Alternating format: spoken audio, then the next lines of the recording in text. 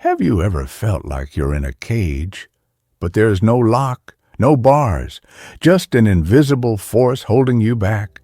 What if I told you that the most powerful chains aren't on our wrists, they're in our minds? Marcus Garvey once warned us, "Emancipate yourself from mental slavery."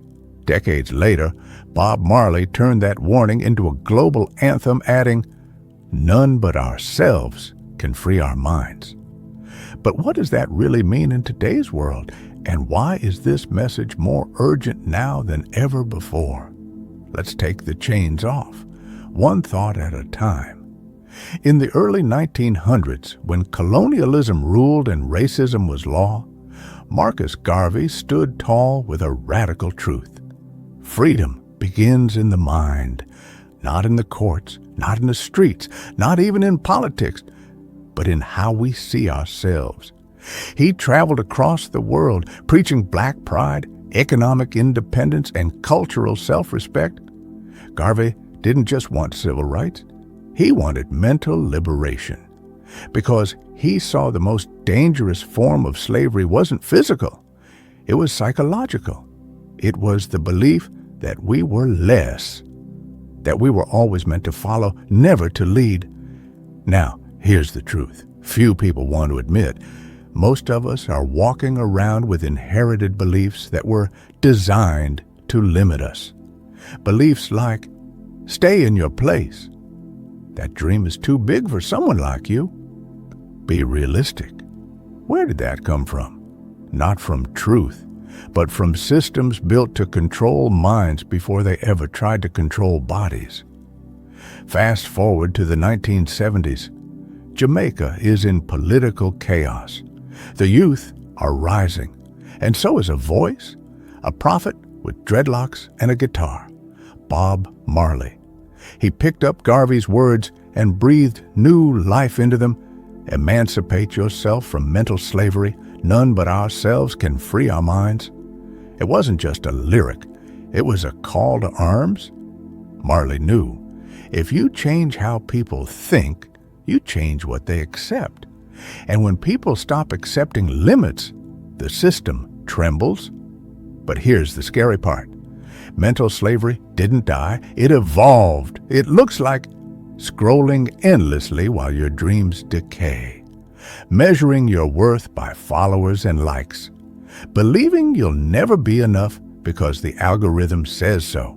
It looks like self-doubt in a Gucci belt, like silent shame behind a perfect smile. Mental chains now come wrapped in convenience, sold to us as normal life. But Garvey's message still echoes. None but ourselves can free our mind. Real freedom doesn't start in protests. It doesn't start in elections. It starts when you stop believing the lies they fed you. Lies like, you can't win unless you cheat. You have to be born rich to be successful. You're not beautiful unless you fit their mold. The biggest revolution is internal. It's when you say no to the self-hate, no to inherited fear, no to the quiet voice that says, "Who do you think you are?" And instead, you whisper back, "I am enough. I am more. I am free." Marcus Garvey believed in building empires, not just businesses, but empires of the mind. He believed we could educate ourselves, empower ourselves, elevate ourselves without permission, without approval.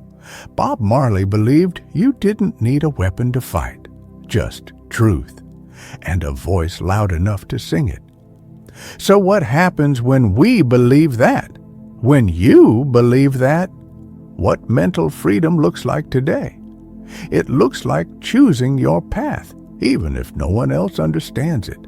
It looks like investing in your mind like it's your most valuable asset. It looks like turning pain into poetry, struggle into success, and silence into a statement. Mental freedom is waking up and deciding, you define you, not your past, not the media, not even your mistakes. Marcus Garvey planted the seed. Bob Marley spread it like wildfire. Now it's our turn. every time we speak life instead of death, every time we dream bigger than they told us to, every time we refuse to shrink, we carry that legacy. We often talk about mental slavery like it's just about schools, media, or history books. But sometimes, the deepest chains are the ones wrapped around our hearts. The pain they caused, the betrayal you never expected, the words they said that still echo in your mind. Every single day, we carry those wounds like scars, not on our bodies, but in our thoughts. And here's the truth. Those emotional wounds are a form of slavery too. Marcus Garvey knew this. He didn't just speak about freedom from colonial rule. He spoke of the inner war, the kind that keeps you up at night, the kind that whispers, "You're not good enough," even when you smile in the mirror. Bob Marley channeled that same truth when he sang, "None but ourselves can free our minds." Let that sink in, because holding on to pain, anger, resentment, regret doesn't just hurt you emotionally, it enslaves you. You become a prisoner of someone else's actions. But freedom? Freedom comes when you say, "I don't need revenge. I don't need closure. I need peace." To forgive is not to forget. To let go is not to let them win. It's to say, "You no longer control me." That is emancipation. That is how we free our minds. So today, release the weight. Loosen the grip. Because the chains you carry were never yours to begin with. So here's the question. Are you ready to break the chains? Because freedom isn't given, it's claimed. And mental freedom, that's the first battlefield. Share this video if it woke something up in you. Drop a comment and tell me what you're freeing your mind from. Share your experiences and hit subscribe. Because this journey to freedom is just getting started. Remember what Marley said, "None but ourselves can free our minds." Now go, free yours. Thanks for watching.